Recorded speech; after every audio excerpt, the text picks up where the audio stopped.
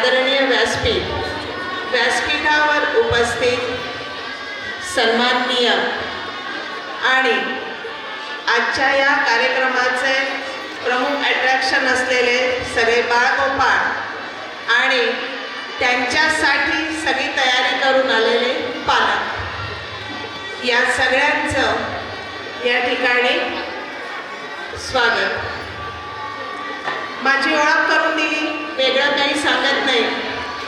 आजच्या ह्या कार्यक्रमाला लहान मुलं तर सोडाच, परंतु पालकांची सुद्धा ही अपेक्षा नसणार की आम्हाला काहीतरी लेक्चर द्यावं. लेक्चर मी देणार नाही, आपण एक संवाद साधणार आहोत. संवाद हा बराचसा आपला टू वे असतो, वन वे बोलणार नाही. आज या शाळेचं म्हणजे रेनबो याचा अर्थ होतो इंद्रधनुष्य. मला खात्री आहे की आजचा हा कार्यक्रम सुद्धा तसाच इंद्रधनुष्य असणार आहे, कारण इथं जे काही मला छान छान मेकअप करणारे मुलं दिसत आहेत त्यावरून ह्या कार्यक्रमामध्ये तितकंच वैविध्य असणार आहे.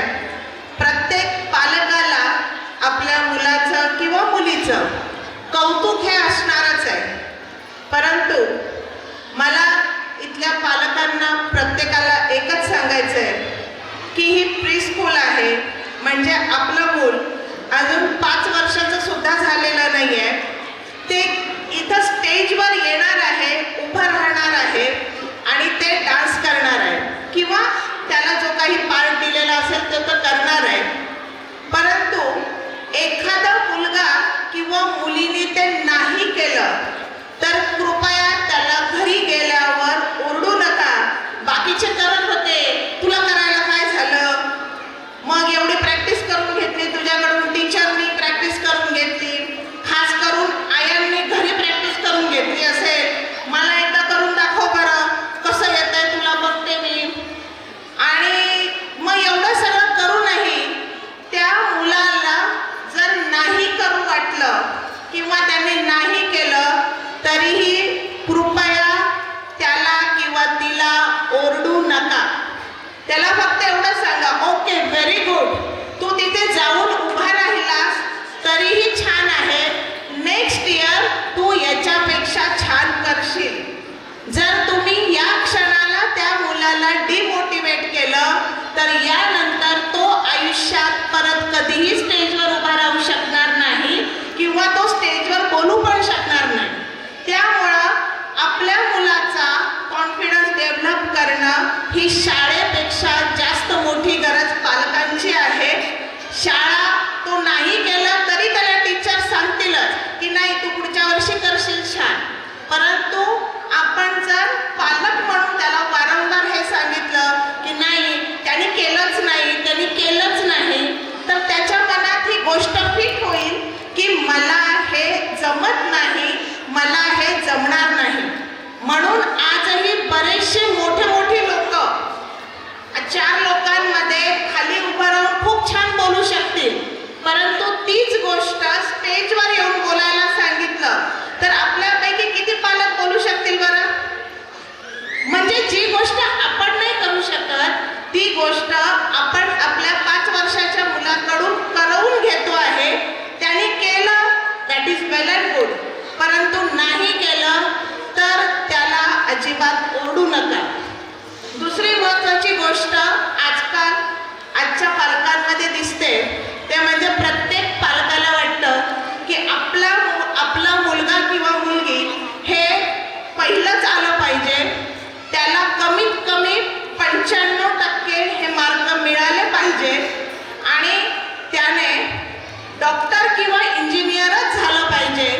तो दुसरं काहीतरी होत असेल तर तो आयुष्यात नापास आहे. परंतु असं अजिबात नाहीये. 95% मिळवले म्हणजेच ती मुलगी किंवा तो मुलगा हुशार आहे, तो डॉक्टर आणि इंजिनियर झाला म्हणजेच तो त्याच्या करिअरमध्ये सक्सेसफुल आहे असं नाही. उदाहरणार्थ सांगायचं झालं तर एखाद्या मुलाला किंवा मुलीला ड्रॉइंगची आवड असते. आपल्या डोक्यामध्ये काय कन्सेप्ट फिट आहे? ड्रॉइंगची आवड आहे म्हणजे काय?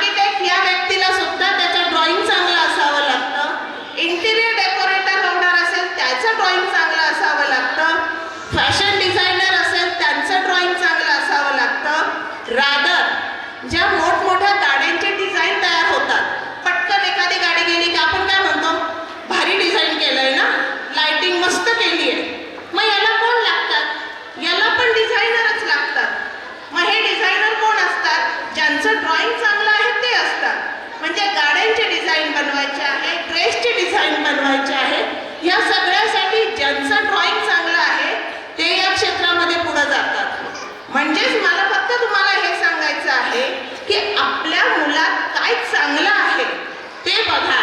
फक्त त्याला 95% मार्क मिळत आहेत तरच तो काहीतरी लायक होणार आहे आणि तो जर पहिला आलाच नाही वर्गात तर त्याचा भवितव्यच असणार नाही असं आजकालचे पालक दुर्दैवाने आपण त्याला काय म्हणू शकतो अति कॉशियस झाले की आता कसं होणार, नाही मिळाले याला 95च्या 90 झाले 93 झाले तरी रडणारे पालक मी बघितले. सो आपल्या मुलाचा पाया कसा पक्का होईल त्याला मार्क मिळण्यापेक्षा त्याच्या कन्सेप्ट किती क्लिअर असतील याकडे लक्ष द्या. ज्याच्या कन्सेप्ट क्लिअर असतात, ज्याचा पाया पक्का असतो. आपल्याकडे दुर्दैवाने म्हणतात की 8वी 9वी 10वीला गेल्यानंतर आता याच्याकडे लक्ष द्यायला पाहिजे बरं का. अजिबात नाही. तुमच्या मुलांच्या अभ्यासाकडे तुम्हाला 5वी पर्यंत लक्ष देणं सगळ्यात जास्त गरजेचं आहे. कारण 1ली ते 4थी पर्यंतचं जे काही असतं ते आपण आयुष्यात कधीही विसरत नाही. कॉलेजमधला एखादा सिद्धांत विचारला किंवा 11वी 12वीला काय होतं हे आपल्याला पटकन आठवत नाही. परंतु तुमच्या शाळेमध्ये जे तुम्हाला क ख ग घ शिकवलं आहे किंवा अल्फाबेट शिकवलेले आहेत, 1 2 शिकवलेलं आहे, हे आपण कधी नंतर आयुष्यात अभ्यास केला याचा? केला का कोणी अभ्यास? की बाबा आता 10 वर्ष झाले मी ABCD लिहिलेली नाहीये, 10 वर्ष झाले मी 1 ते 100 लिहिलेले नाहीये आणि मी विसरलो, असं होतं आपल्या? नाही हो. कारण तुमच्या मेंदूचा ग्राफ हा वयाच्या 6 वर्षापर्यंत आणि त्याच्यानंतर उरलेल्या 20% जी काही ग्राफ आहे किंवा जी काही प्रोग्रेस आहे हा 12व्या वर्षापर्यंत पूर्ण होत असतो.